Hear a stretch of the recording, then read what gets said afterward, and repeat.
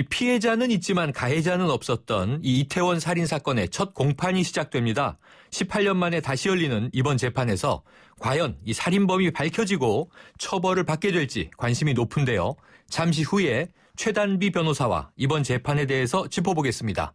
자, 이집트 시나이 반도에서 이 러시아 여객기 사고가 발생한 소식 전해드린 바 있는데요. 이 전국 곳곳에서 조기가 내걸리고 희생자들을 추모하는 행렬이 이어지고 있다고 합니다. 글로벌 정면 승부는 러시아로 가보겠습니다. 오늘 문자는 프로그램 들으시면서 생각나는 의견 자유롭게 보내주시고요. 문자 서비스 샵 0945입니다. 짧은 문자 50원, 긴 문자 100원의 정보 이용료가 있습니다. 정면 인터뷰, 최단비 변호사와 이태원 살인 사건에 대해서 짚어봅니다. 변호사님 나와 계시죠? 네, 안녕하세요. 네. 이 검찰은 이 패터슨의 혐의를 증명하기에 앞서서 이 기소가 적법한지에 대해서도 공방을 벌여야 하는 상황이라고 하던데요. 이 어떻습니까? 네, 지금 먼저 기소가 적법한지에 대해서는 두 가지 쟁점이 있습니다. 네. 하나는 공소시효와 관련된 것이고요. 네. 하나는 일사부재리의 원칙이라고 하죠. 하나의 죄로는 두 번 처벌받을 수 없다. 이런 원칙 두 개가 쟁점이 되고 있는데요. 네. 먼저 이 패터슨 씨의 변호사 측에서는 기소가 된 것은 공소시효인 15년, 살인이 된 지 15년 내에 된 건 맞지만 기소를 하려면은 어느 정도 이제 소환은 기소가 15년이 지난 이후에 됐거든요. 네. 그러니까 제대로 재판을 받으시는 상태에서 기소를 해야 되지 않겠느냐. 그렇기 때문에 이것은 공소가 남용된 것이 아니냐 이러한 주장을 하고 있고요. 네. 하지만 검찰은 내부 지침에는 기소했을 때를 기준으로 한다. 그렇기 때문에 기소는 15년, 공소시효가 완료되기 전에 했기 때문에 문제가 없다. 이러한 입장입니다. 네. 또 이 한 가지 더 네네, 말씀하세요. 예. 일사부재리의 원칙이라고 하는 것은 이제 두 번을 처벌을 받을 수 없다는 건데 네. 변호사 입장에서는 결국은 예전에 패터슨 씨가 증거인멸로 유죄로 확정 판결을 받아서 수감을 한 적이 있었거든요. 네. 그래서 그것이 증거인멸, 흉기를 없앤 것과 이번 살인이 같은 내용이 아니냐라는 주장이고요. 검찰 입장에서는 흉기를 없앴다는 것과 살인은 전혀 다른 사실관계이기 때문에 이것도 문제가 없다. 이러한 입장입니다. 네. 혹시 그러면 최 변호사님 입장에서는 기소가 될까요? 안 될까요? 제가 보기에는 공소시효와 관련된 부분은 문제가 없어 보이고요. 예. 일사부재의 원칙도 뭐 논란이 여진 있지만 유죄 판결을 받았던 부분은 흉기를 소지했다는 것에 대한 증거인멸 부분이라서요. 살인과는 사실관계가 달라서 기소 부분에서는 문제는 없을 것으로 생각됩니다. 네, 자 그러면요. 이 진범으로 지목돼서 미국에서 송환된 이 패터슨 혐의를 완강히 부인하고 있던데요. 대신에 네. 이 에드워드 리를 다시 진범으로 지목하고 있는 거죠? 네, 맞습니다. 그 당시 상황이 피해자 조준필 씨 이외에는 에드워드 리와 패터슨밖에 없었기 때문에요. 네. 둘이 함께 공범이거나 아니면 둘 중에 하나는 범인이어야 되는 거잖아요. 예. 그렇기 때문에 패터슨 씨가 본인은 무죄라고 주장하고 있기 때문에 진범으로 에드워드 리를 지목할 수밖에 없는 상황이고요. 또 그 당시에 패터슨은 에드워드 리가 마약에 취해서 범죄를 했다라고 얘기하고 있고 네. 에드워드 리에게서 마약이 발견됐다라는 것을 주장하면서 에드워드 리가 진범이다 이렇게 얘기하고 있습니다. 네, 지금 말씀하신 대로 둘 중에 하나가 진범이거나 둘이 공범이거나 이 가능성은 고개 단데요. 그러면 네. 재판부는 이 상황 모두에 좀 가능성을 열어두고 있는 건가요?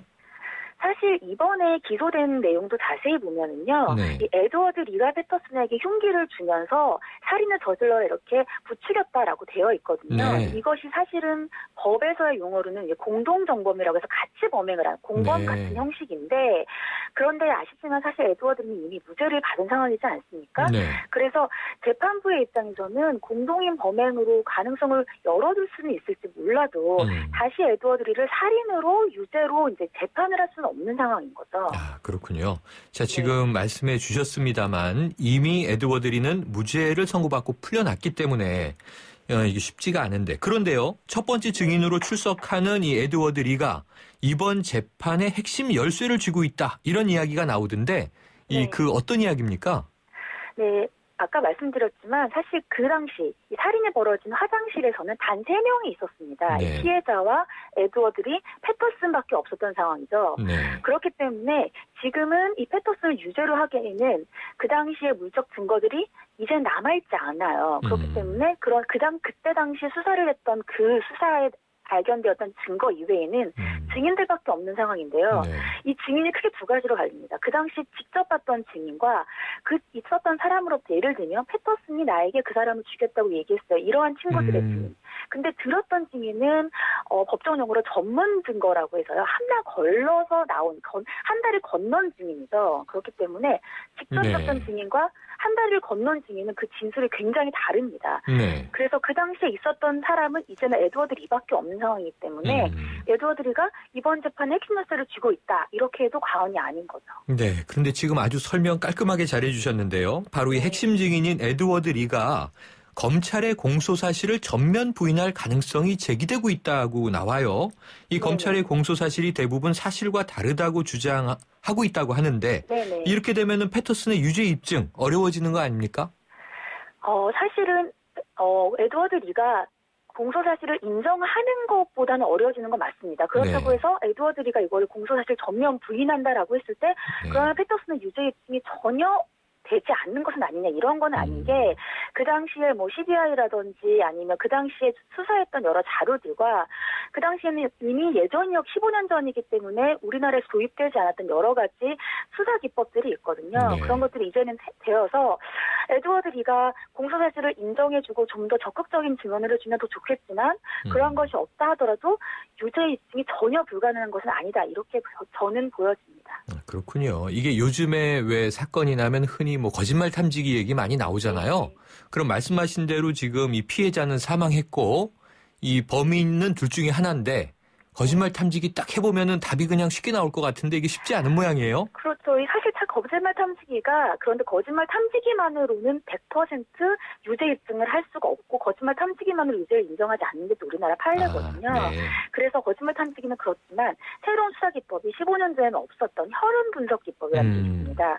우리가 쉽게 생각하면 미국 드라마 중에서 덱스터라는 게 있는데요. 네네. 거기서 보면은 혈흔이 어떻게 퍼졌는지에 따라서 그 당시에 진술했던 예를 들자면 에드워드 리는 그 사람이 피해자가 나왔을 때 살인을 했다라고 되어 있고 네. 패터슨은 화장실 안에 있었을 때 살인했다라고 되어 있단 말이죠. 그러면 그 두 가지 사실관계 중에서 과연 정말 칼로 찔렀을 때 혈흔이 어떻게 퍼졌는지에 따라서 달라질 수가 있거든요. 그래서 그렇군요. 그 수사 기법이 새로 도입됐기 때문에 그러한 것들로도 충분히 가능한다고 네. 생각이 듭니다. 좀 과학적으로 입증되길 기대해 보는데요.